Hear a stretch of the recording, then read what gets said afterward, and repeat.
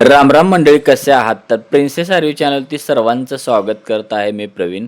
तर आता आम्ही गावी चाललेलो आहे. गावी आहे यात्रा.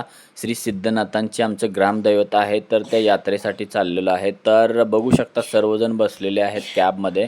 तर कॅबमध्ये आम्ही उतरून परत ट्रॅव्हल्समध्ये बसलेलो आहे. हा जो आहे तो इथं वाकड ब्रिज ओलांडून आम्ही पुढं आलेलो आहे. आता हे आमचं टायमिंग जे आहे ते भर दुपारचं असल्यामुळं ना घाम्याघूम आम्ही झालेलो होतो. पण तरी पण जी ट्रॅव्हल्समध्ये सुविधा चांगली असल्यामुळं ना थोडंसं बरं वाटलं.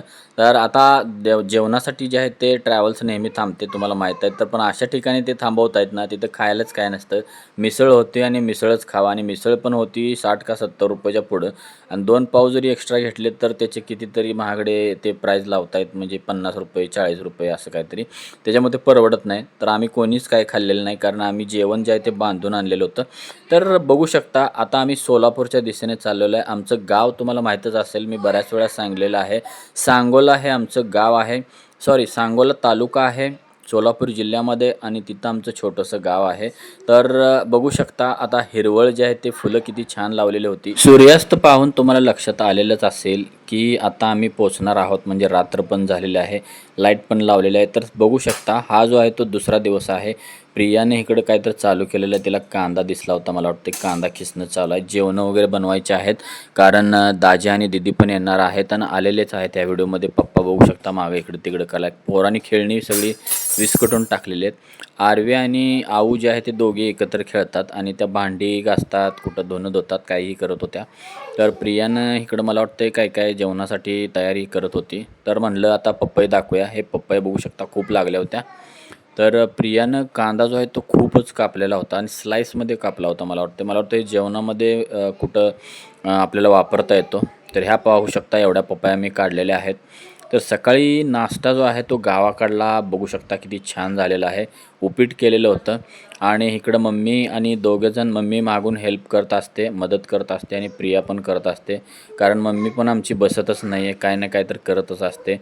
प्रिया एक करायला लागलं तर मम्मी काय तर करत असते. आता या पोळ्याचा दिवस होता, म्हणजे यात्रा तर आहे तुम्हाला माहीतच आहे. त्याच्यामुळं आज पोळ्या आहेत. पोळ्या म्हटल्यानंतर भजी आलं, कुरवडे आलं. पण त्या दिवशी मला आठवतंय काय झालं होतं, मला भूक जास्तच लागली होती, कारण प्रवास वगैरे केला होता आणि मी झोपायचोच, कारण झोप पण लागलेली होती आणि मला भूक पण परत लागली. तर मी जेवलो, पोळ्या वगैरे खाल्ल्या, आणि इकडं प्रियानं काहीतरी कवट, मम्मी पप्पानं कवट वगैरे आणून ठेवले होते. मग प्रिया म्हणली की काहीतरी मी ह्याचं बनवतो, त्याची चटणी, त्याचं काय काय नाही नाही ते तिनं भरपूर काही बनवलेलं आहे. लोणचं वगैरे काहीतरी केलं होतं. तर तेही तुम्हाला दाखवतो. तर बघू शकता कवट जे आहे ते पिकलेलं आहे असं म्हणत होते.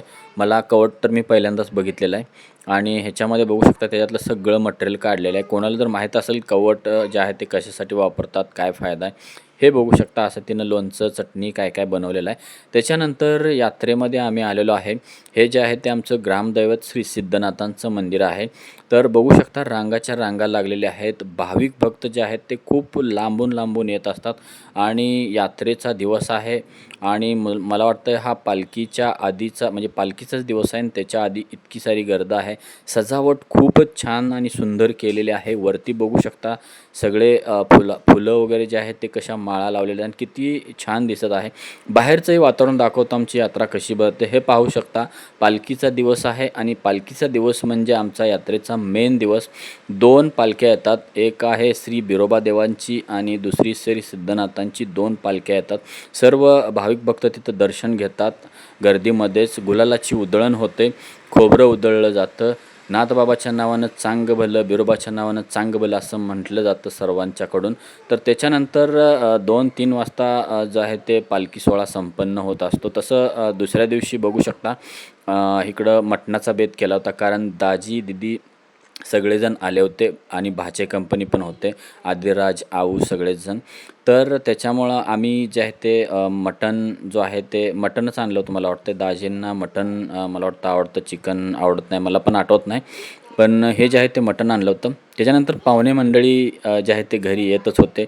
हे आहेत आत्या, म्हणजे आमची छोटी आत्या आहे. आणि त्याच्यानंतर परत आम्ही यात्रेत गेलेलो आहे मुलांना फिरवायला. तर इकडे बघू शकता आरवी आणि आऊ हे दोघी आता काही एकत्रच फिरत आहेत. बघू शकता दोघं बसलेले आहेत आणि त्यांना जिथं जिथं बसवायचं तिथं मी बसवत होतो.